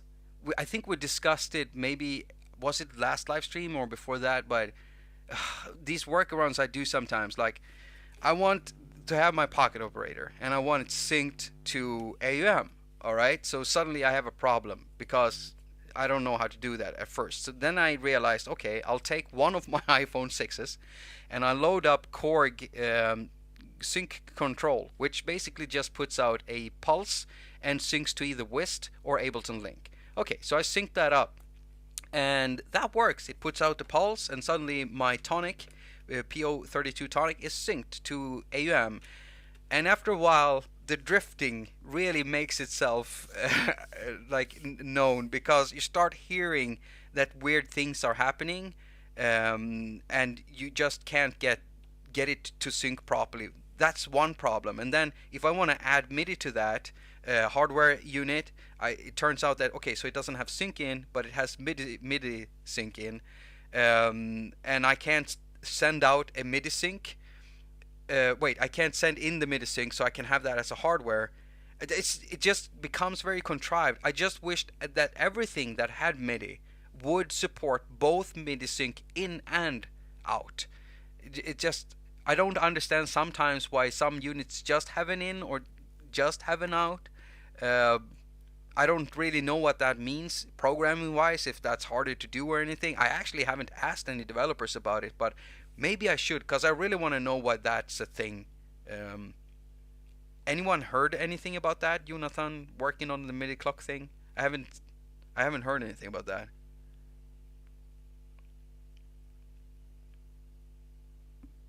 Anyone in chat or in Discord? What was the question? The question is, have anyone heard if Jonathan is working on that with MIDI sync?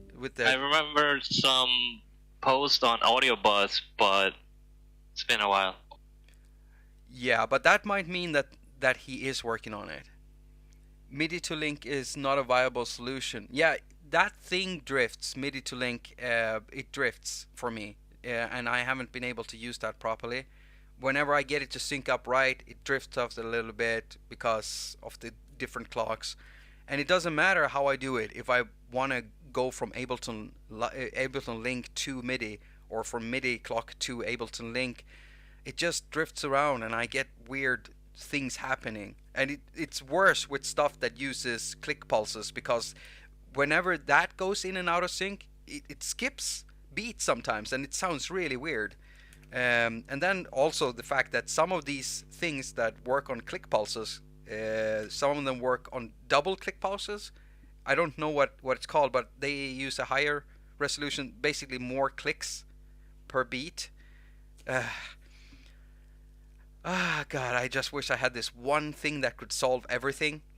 And as I've said before, the Korg SQ64, I still think that could be a solution for me, at least on the hardware side, and just having to deal with this one clock, syncing everything else. I don't know. Maybe it won't. I don't know.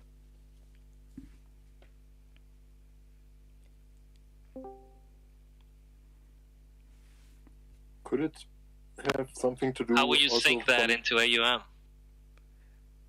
Yeah, that's also something that I thought about. At least it will solve my hardware problems. So if I want to deal with just hardware, that's not going to be a problem. And if I want to deal with any other apps, but when it comes to AUM, I don't know. Yeah, because the main issue is that AUM won't accept anything in. Yeah, that is the problem, and that's what everyone wants. Like what I've seen when people complain about that, I don't understand why that isn't a thing.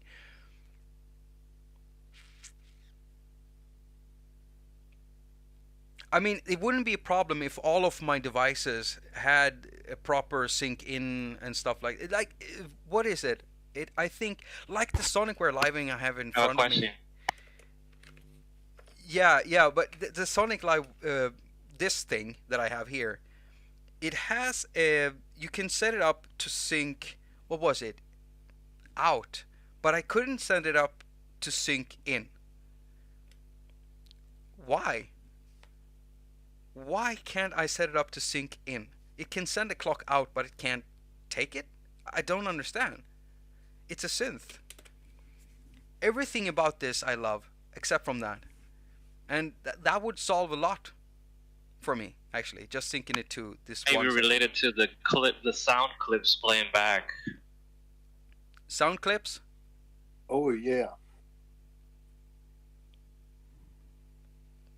Someone said, "Oh yeah." I think it was related to my question or to my improvement to AUM for the sound clips. Oh, sorry, I'm confused. Let's see here. Square Pyramid can be synced and sync. Can the Korg SQ64? Yes, it can. At least that's what Korg states on their site. So unless I have it in my hands, that's the only thing I have to go on. So they say it can. Baseline, Klangattentat. I hate MIDI. It never sync the tempo of all devices. I don't know how many years I've dealt with MIDI now, but yeah, I've had some really bad situations. But I can tell you that the worst situation I've ever had is when I was using a Windows 98 based computer and trying to sync up all my hardware. I could do a show for half an hour, and I knew that if I did it longer, then start would get a little jiggy, and things would start drifting, or something would happen. Some notes would block somewhere. So I always kept my shows down, like short, and wherever party I was playing at, I did 20 minutes, and then I paused it, and I went over, and I had this like a DJ mixer, like a scratch mixer, and I put over to something else. Maybe I'd run a K-oscillator if I had that, or I'd run something else. I even brought like a freestyle with me, like the old freestyle, the cassette players, and plugged that in and just switched it over to something I recorded the day before, just to restart the computer and just get it to run properly again for another 20 minutes. It's weird. Those were the days, better. It was better back in the days. No, it wasn't. It was horrible when you wanted to do something with computers and audio and MIDI and everything at the same time. It was horrible. We're always hitting a wall with the RAM, and the drives were expensive, and you had to get so many of them, and then CD ROM burners came, and you started doing that. I had towers of CDs with materials on them, I don't know where they all are now. I think I have a few stacks that I've burned, with my stuff on it. How many of you remember time of that? Have any of you had to go through that? Burning your music on CDs?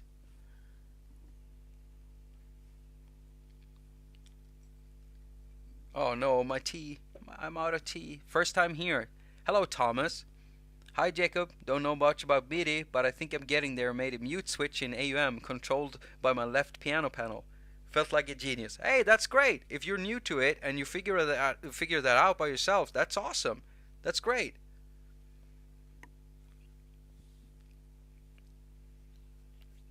There is a way to sync non-link apps and external stuff if you have an app that does both link and MIDI clock sound. Yeah, you're right, Stuart, but over time stuff drifts, and that's the problem. And I don't know what that might be exactly, why it drifts like that. I haven't understood that fully. That's maybe something I would start talking with developers on when it comes to MIDI and these link apps. I actually have 2 apps that does some MIDI link stuff. I can hear someone. Is anyone wants to jump in and talk? Go ahead. Hey, Jacob. Hey, is that Nanoon? Yeah, What's I'm up? Hassan. How's it going? It's going fine. How are you doing this evening? Good, good. I'm okay. I have a day off. I'm staying home, enjoying the sunny weather in Winnipeg, Canada, and enjoying the minus 28 temperature. Oh, wow, that sounds lovely. We only have about, what, like -5 or something here. You hardly even feel it. I like it when the Yeah. frost starts building up in my mustache, and I haven't had that for quite some time. In Winnipeg, Canada. So, what do you do when in your off time? Do you do you dabble with MIDI? I do. I got deeper into iPad and iOS music making after I started watching your videos on YouTube, All right. and I'm diving deeper into it as we speak. So, what did you do before iOS, the whole iOS thing? What did you use before that? I come from a guitar playing background, and I was not into electronic music at all because guitar playing was such a different world. Yeah. And then what brought me into electronic stuff was buying pedals, and I realized that pedals are pretty much the same as VSTs.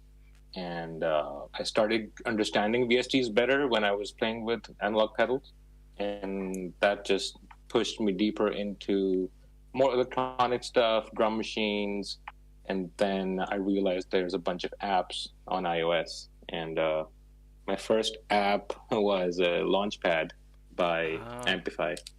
All right. So I gotta ask you though, since you come from a hardware world, I mean, the guitar is hardware. Really, you interact with your instrument.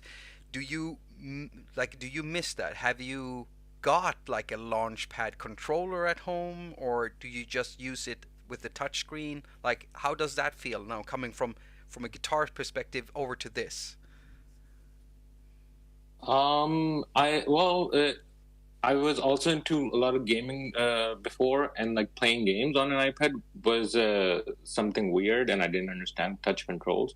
But MIDI and audio stuff is, I think, really different. Knowing some hardware stuff did help me a lot to understand the apps and knobs and get comfortable with that. But I do still incorporate my guitar stuff into my electronic setup. I just now see the guitar differently. I see it as a tool that is being used in my larger creation. So have you been able to like create with it, or are you still feeling like you're exploring it, or like are you making music now? I do a lot of just live stream stuff. I am working on my setup and signal chain pretty much all the time, trying to make it better. Right, I recently got a Launchpad Mini MK3, just like you, and I've been trying to kind of use that as a loop clip launcher with Ableton that all my synths and iPads and guitar stuff, everything goes into my computer, and then I can stream that into Instagram and stuff. So I'm trying to work on that setup. There is one crucial app that requires me to use everything, which is Studio Mux. I'm sure you've used it or heard of it. Yeah, I have, and I never was able to. You see, that's what I wanted to ask about. I was never able to get it to work properly, and I'm using an older MacBook here. What are you using? I'm using the PC, so Windows 10. Oh, wow! And you made that work with Studio Mux. It was working for the longest time, and like I could just plug any iOS device into my PC, and that would come up as a new, instrument in my DAW, and I could just record any app directly. But from when iOS 14 got updated, Studio Mux completely stopped working. Oh no! And right now, the folks at Studio Mux are working on a new version. They're building everything from ground up and scratch. So I've lost that capability of doing those things. But it's good to know that they're working on it, that they're updating the beta every few weeks, and there's definitely activity there. So there's hope. Wow, I thought it was a dead app. All right, like the longest, the most function I ever was able to get up was seeing the instruments pop up, and I would have audio, and then suddenly it would cut out, and it didn't work anymore. I restarted computers, the iPad, and I reconnected everything. That's what I got. So I was never able to get it, but it's nice to hear that you got it working. Nice to hear that you heard from them that they are working on something new, because that is something I would definitely want to cover on my channel. I have so many people asking me about how do I properly integrate my iPad into my desktop DAW, and Studio Mux has always looked like a really good option, unless you want to do the route of going with a multi-channel sound card and doing all the ins and outs and all the MIDI like I have done, in the past. And it's such an old school way of doing it, and I'm thinking, this USB cable right in there, and then just two apps, and that would be much nicer. So it was great. I'm telling you, it worked like a dream, and I was like jamming with friends too, and all they had to do was bring their iPad, plug it into my computer, and we're synced with Link, and just go. Wow. It was beautiful. Wow. Yeah, I think the other thing for that to work is you have to have an older version of iTunes, and that's the question. If they're going to make it work, they have to make it work the newer version of iTunes, because it includes the SDK that allows all that to work under Windows. Under Windows. Mac is different, but under Windows. Okay. I'm not too sure about that technicality, but they have a beta out right now, which anybody can test. They have a website and a forum. Anybody can go use it, and you can get some functionality out of it. People are updating about their reports and error reports all the time. So they are like on it, but it's also, they talk to me, they're like 2-people team, so it does take time. Well, those guys don't advertise much. I've been looking for that stuff to work for a long time, and everybody like Jakob just said, we all thought they were dead. Yeah. Yeah, no, check out their forums. They're pretty active there right now. All right, cool. This is so awesome. Their website is called zerodebug.com. Zero debug. Do I just type it zero debug, and I should find them, and that's zerodebug.com, and forum. There we go. Oh my God. I was just looking at all of this because I just bought an iConnectivity Audio 4 Plus to do this in hardware, which works great. But if Zero Debug's back on it, I'm really happy about that. Yeah, I guarantee you they're back on it. And they're just the only reason they haven't updated, they told me, was they're just a few dudes and they didn't have the time for the longest time. And now they're updating all their apps, as you can see in the forums. Yeah, I actually know the people now that I saw Zero Debug. I know these people. God. Okay, I know who to talk to now. Amazing. I'll try to cover this because, I mean, it's the same guys who made ModStep. It's Christian Blomert. He's the same guy who's made Flip with Andrew Huang. Oh my Yes. God. How did I not realize that? I'm so stupid. Okay, so everyone, I just got a message from my girlfriend. She's like, "Hey, can you come and eat now? The food is done." So I gotta go, everyone. But before I go, I just want to say thank you so much, everyone, for joining up. And I'm sorry, Imaya69. Um, is that I am yes 69? I may yes. I'm sorry that you're not going to be able to speak now because I have to end the stream. Thank you everyone who joined up and chatted in the Discord chat and also in the comments here. I'll go back and read all of them. I've missed a lot of what you wrote there. And we'll do this again next Wednesday. And we're going to keep this Discord thing because I find it really interesting to talk to you. And you are... Thank you so much for the tips about this thing with the Studio Mux because that's super helpful. And I'm gonna make sure that I contact Christian and the guys working on this, and I'll whatever new I can talk about, you'll see it on the channel. So until next time, this has been Jakob Live, and that's the end of the stream. And now I just gotta turn it off, and I gotta be quick today since I got the message. So. Did I answer her? Yeah, I'll just go out there. Thanks everyone. I won't. I'm gonna Bye, leave. Jacob.